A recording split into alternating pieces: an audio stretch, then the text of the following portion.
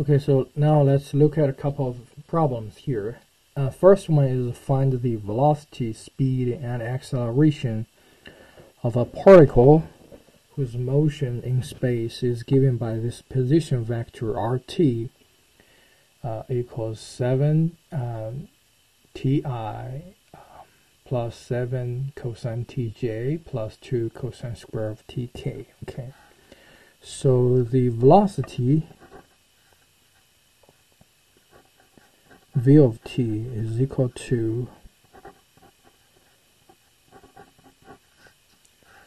the derivative of the position vector, which is 7 cosine t I minus 7 sine of tj, right, plus 4 cosine of t, right, times negative sine of t on k. Okay, and so if you simplify that, it's 7 cosine t I minus 7 sine of tj minus 4 cosine t sine t. Actually, it can be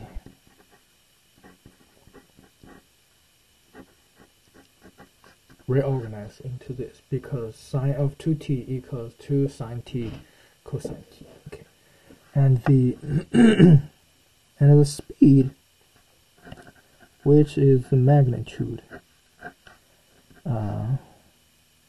that is 7 cosine t squared plus negative sine of 7 sine t squared plus negative 2 sine of 2t squared.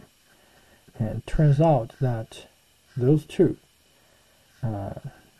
equals 49. This becomes into plus 4 sine square of 2t. So yeah, so that's the velocity, and the acceleration, which equals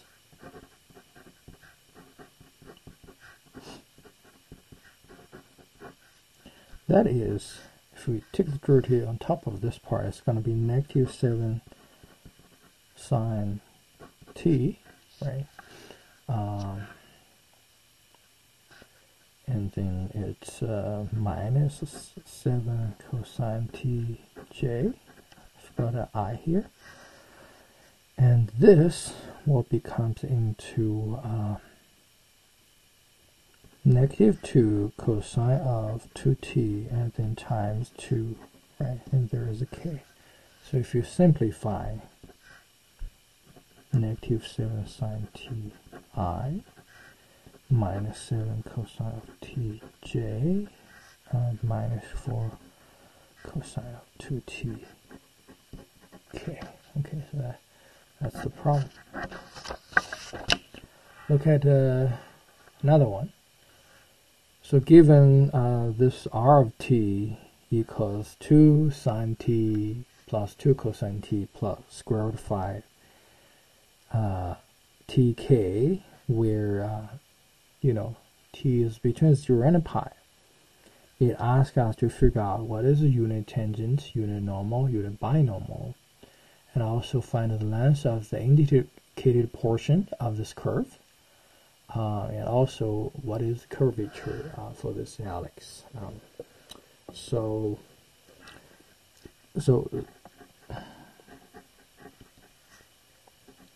it might be slightly easier to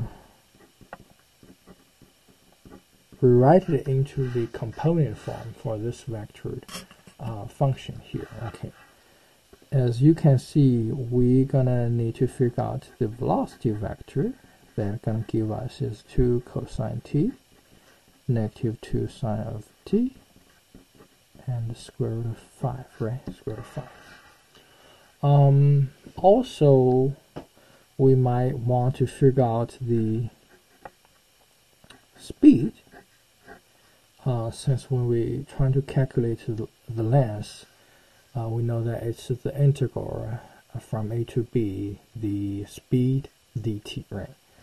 That will give us 2 cosine t square plus negative sine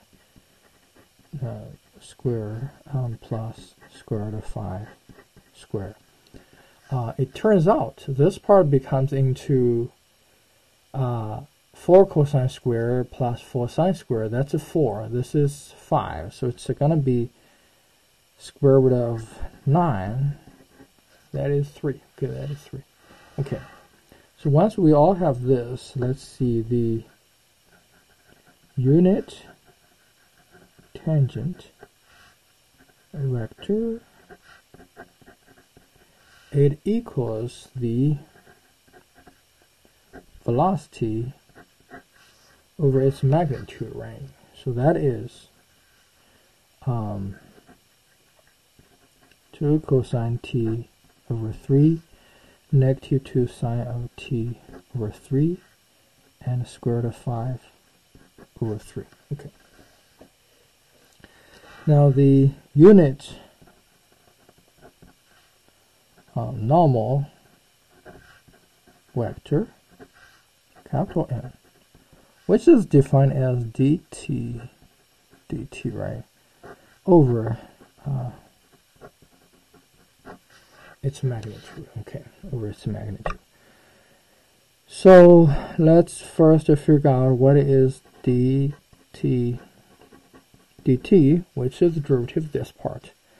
That is negative 2 cosine t over 3, right? Excuse me. So it's a negative 2 sine of t over 3, and then it's a negative 2 cosine t over 3. And the third component is a constant. So we can take the derivative, it becomes into 0. Okay. And meanwhile, we also need to figure out what is the magnitude, right? Because we're going to need that. So it's a dt, its magnitude. So it's negative 2 sine t over 3 square plus negative 2 cosine t over 3 square, and then plus 0 square. It turns out it will give you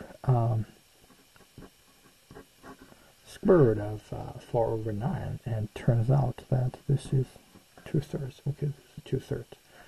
So we got this, and then the unit normal vector, it becomes, so why don't we put it here?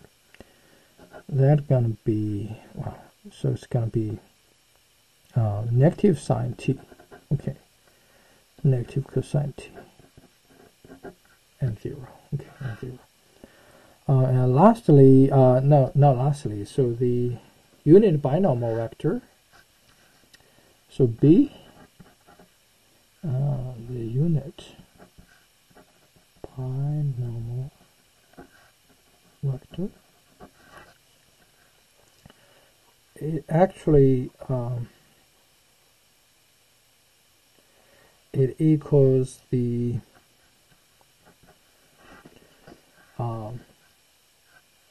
unit tangent vector cross product the unit normal vector. Okay, and that is when we do the cross product, we constructed this matrix, right, and then find the determinant.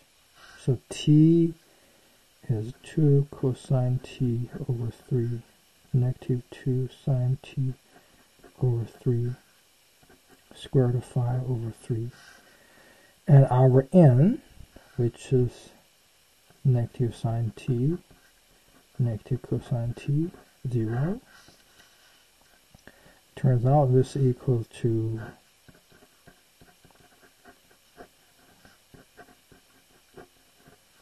negative cosine t, 0, I, right, minus 2 cosine t over 3, square root of 5 over 3, negative sine t, 0j, right, and then plus 2 cosine t negative 2 sine t over 3, this is over 3, negative sine t, negative cosine t. Okay. So you can simplify a little bit. So this part becomes into a 0 minus, so it becomes into square root of 5 over 3 cosine t I, right? So this part becomes into 0, so it's minus become plus. There's also minus, so it's going to be minus square root of 5 over 3 sine tj. And also, you see, this part is going to become into negative 2 cosine square of t over 3, and it's minus that. So it turns out this becomes into negative 2 over 3 after the simplification. Okay, so that is the unit binomial vector. Okay, so if we write it down here, that's square root of 5 3 cosine t, the vector component form, negative square root of 5 over 3 sine t, negative 2/3. Okay, that's the unit binomial vector. And then the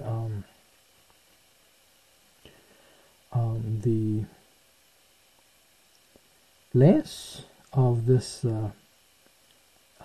indicated portion, and it will becomes into the length of the portion that will becomes into the integral from 0 to pi, right? The speed dt. Noticing that the speed we calculate equals 3, right? So this is from 0 to pi, right? Okay, 0 to pi. And then, so it becomes into 3 dt.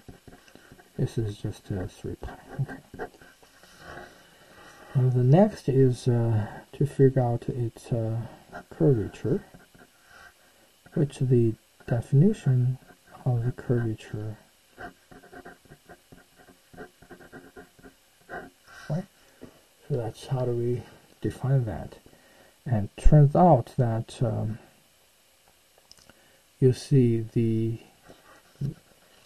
speed, which is 3, it's here, and dt here is equal to 2 over 3, right? So this becomes into 1 over 3 times 2 over 3, so it's a 2 over 9. So that's a curvature. Okay. All right. So next component here, it asks us, so given this r of t, so write the acceleration of the motion in the form of, the at times the unit tangent vector plus a of n times the unit normal vector. So it turns out that the a of t is equal to the derivative of the speed. Okay, and also we can figure out the a of n by applying this relationship. Okay, so that's going to be the two parts we will use to figure out this question here. So let's first find the velocity, I like to write it into the component form. So it's cosine t, right, minus cosine t. And then, so it's minus t times negative sine of t here. Okay. And for this, it's going to be negative sine t plus sine of t. And then plus t times cosine of t. Okay. We're going to apply the product rule. So it turns out, a lot of cancellation. This becomes into t sine of t. This is t cosine of t here. Okay. And the speed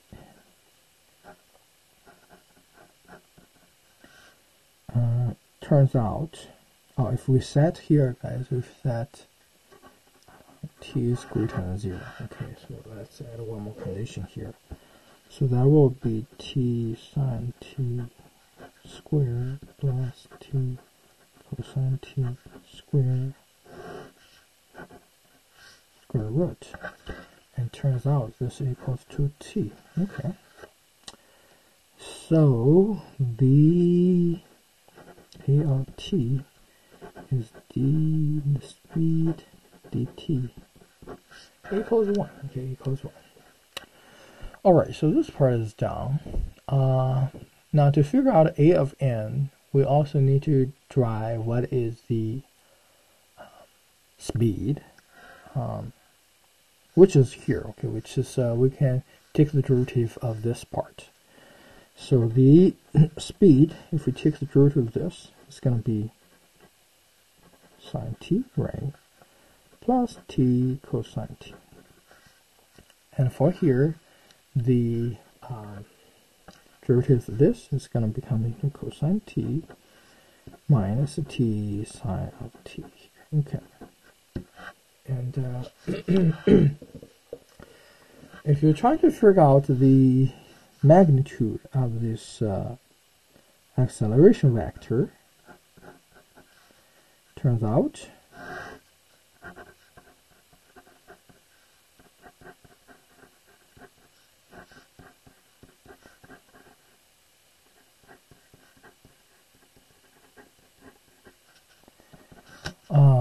there going to be some cancellation. So you're going to have the sine square plus 2t sine t cosine t plus cosine, or t square cosine square, and then plus cosine square of t minus 2t sine t cosine t, and then plus t square sine square of t. And it turns out you see that those two canceled. So this guy plus this guy becomes into 1. This becomes into t squared. Okay. So our a of n equals to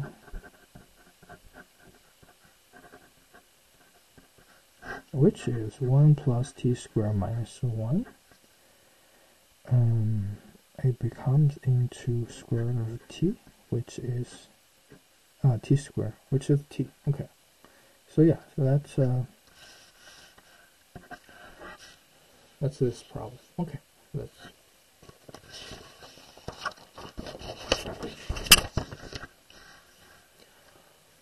So the next part, it is talking about the partial derivative. So given the function f of xy equals x squared y plus cosine y plus y sine of x, ask you to find the partial x, partial y, partial xx, partial yy, partial xy. Okay, so the partial derivative, so it's 2xy, right, plus y times cosine of x. Okay. Partial y, so x squared minus the sine of y plus sine of x. Okay. partial x, so it's 2y plus y times negative sine x. Partial y becomes into, this is 0, so it's negative cosine y. Yeah, and that's it. This part is also 0. And f x partial y becomes into, excuse me, so it becomes into 2x, right? And then plus cosine x. Okay. And yeah, and you can also check that f partial yx equals into 2x, also plus cosine of x. Okay, so mixed partial, right? There is a theorem to see that the mixed order is the same, right? Pretty much as you put a restriction of lot of continuity. Okay, so yeah. Next one. Find the value of the partial z partial x at the point 1, 1, 1 if the equation this defines z is a function of the two independent variables x and y, and the partial derivative exists. So what it says, it's so z is a function of x and y, and partial z partial x, partial z partial y, they both exist. Okay, that's what it tells. So this problem actually it's a problem borrow the idea of the implicit differentiation. So here we go. So if we take the partial derivative with respect to x on both sides, so that's gonna be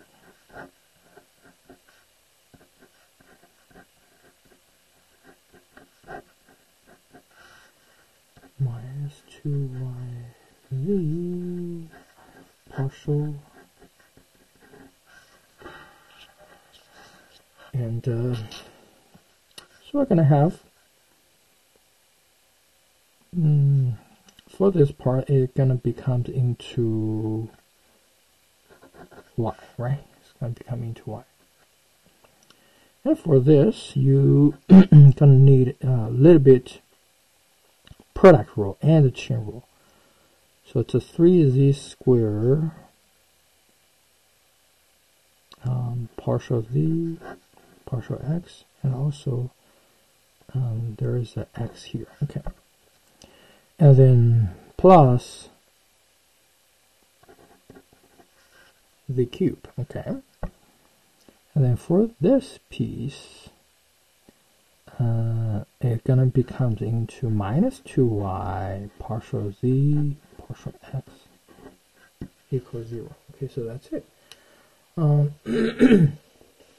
And what we need to do is to reorganize a little bit. So we have y plus z cubed here. Why don't we do this? So it's a 2y partial z partial x minus 3z squared x partial z partial x, right? So it turns out this is 2y minus 3z squared x partial z partial x y plus z cubed, right? And then, so it's a partial z partial x equals y plus z cubed over 2y minus 3z squared x. Okay. And then we're looking for, the value at the point 1, 1, 1. So basically we just plug in what we have.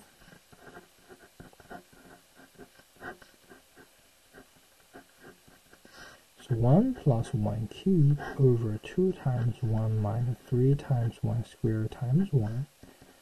Turns out this is 2 over negative 1. It's negative 2. Okay. Yeah, this is the problem.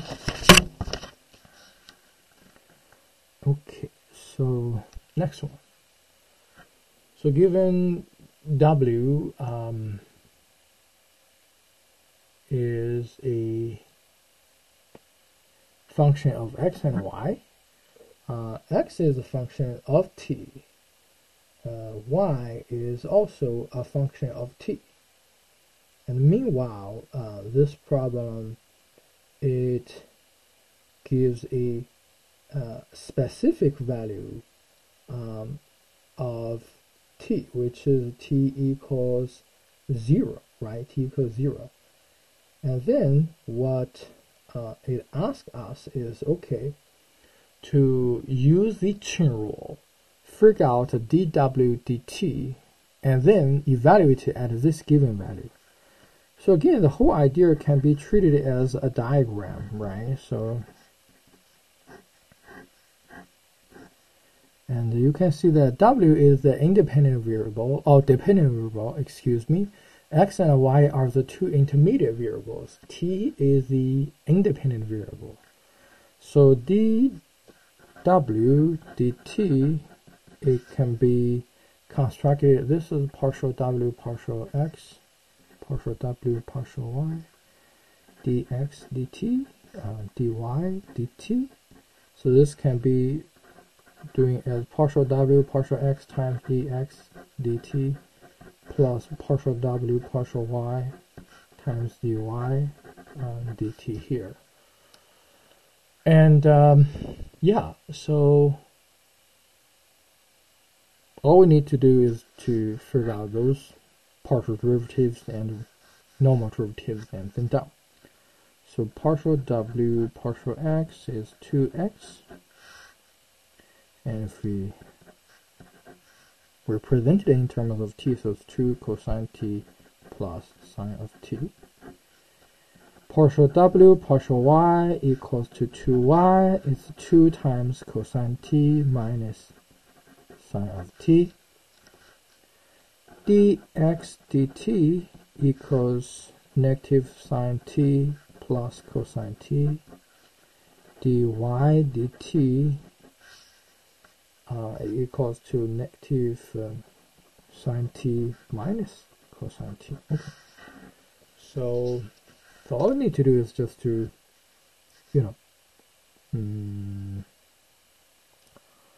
plug in and then to see what's going on. So dw dt equals 2 cosine t plus sine t times cosine t minus sine t. Okay, and then plus 2 cosine t minus sine t times, well, it's a negative sine t minus cosine t. Well, it turns out that, guys, if you factor this negative here, so it's going to become into negative, right? So do you realize that those two are identical, right? So this part equals 0. And if it equals 0, I mean, dw dt evaluated at t equals 0, of course, it's going to become into 0, right? So let me quickly check if this is all good. Yeah, I think it's all good. Cool. Next one. Given w and then is a function of x and y. X and y are a function of r and s. It asks us to figure out what is the partial w, partial r, partial w, partial s. So again, this is w. This is x. This is y. This is r. This is s. So if you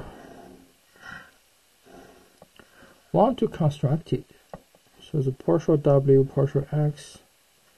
X is a function of r and s, so you're going to also do the partial derivatives. So it's partial x, partial r, partial x, partial s. This is partial w, partial y, partial y, partial r, partial y, partial x. Okay.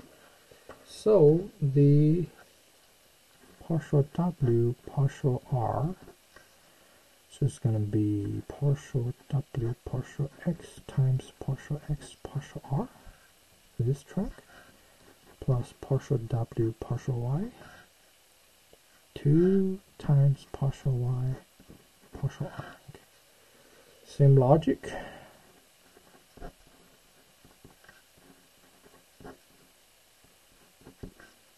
Partial x, partial s, plus partial y, partial s. Okay. So yeah, so that's like the framework of this. So you can take a look. Our partial w, partial x is 2x, right? And then our partial, well, if we write it in terms of r and s, so it's 2r over s. Partial w, partial y, it's going to be -1. Okay. That's a good thing to know. And then partial x, partial r is equal to 1 over s, right?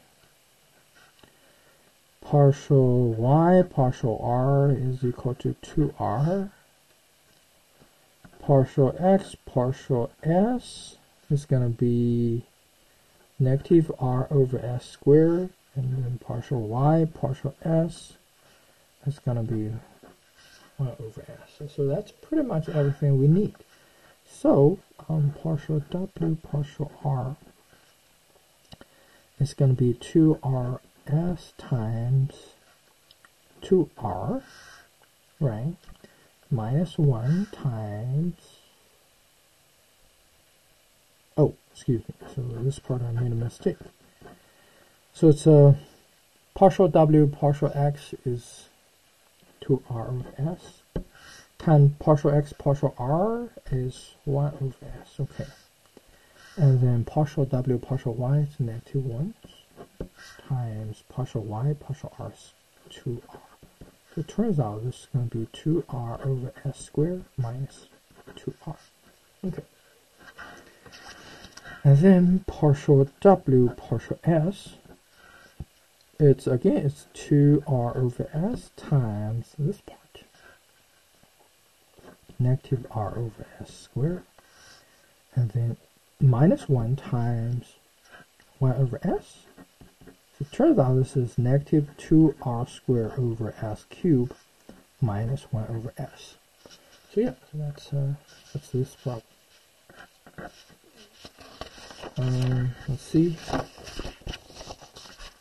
Next one. So find the derivative of the function at this point in this direction here. Turns out that the directional derivative equals the gradient times the unit vector. Okay, again, this is the unit vector. So the direction here it shows is in terms of u, but again, this is dummy variable. You really need to check whether this is unit vector or not. So the gradient of this function is going to become into partial f, partial x is 2x, partial f, partial y, so it's 4y, partial f, partial z, so it's -6z, evaluated at 0.1, 1, and 1, it will give us is 2, 4, -6, right? The direction vector is ijk, so write it into this, but this is not a unit vector, so we need to do something. The magnitude equals square root of 3, so the unit vector, direction vector, is going to become into 1 over square root of 3, 1 over square root of 3, 1 over square root of 3, right? So the directional derivative, so it's just a dot product. So you have u f is 2 for negative 6, dot product.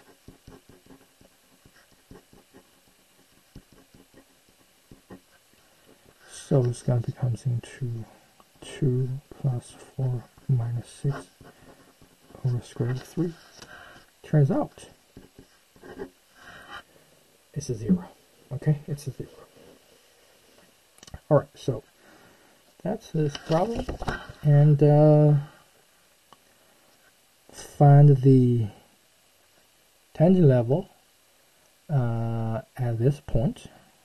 So again, first of all, you need to figure out its gradient.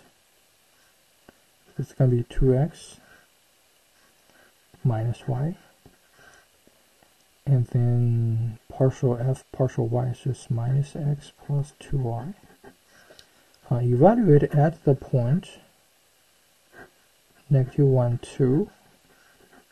So it's negative 2 minus 2, comma 1 plus 4. So it turns out this is negative 4, 5. Okay. And then noticing that, you know, if you have a level curve, something like this, and at that point, so this is the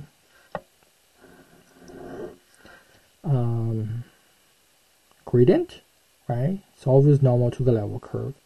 And I'm looking for this tangent. So this is the point, negative 1, 2.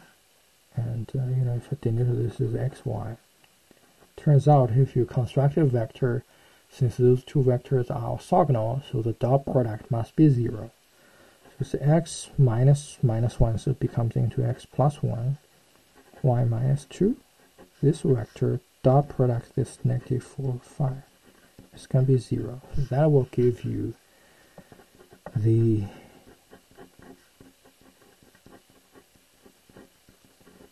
tangent. Okay, and of course you can simplify into negative 4x minus 4 plus 5y minus 10 equals 0. So it's negative 4x plus 5y equals 14. Or even more, you can do y equals 4 over 5x plus 14 over 5. Okay, either way. So yeah, so that's pretty much all the problem I want to share. And thank you for watching. Have a good one.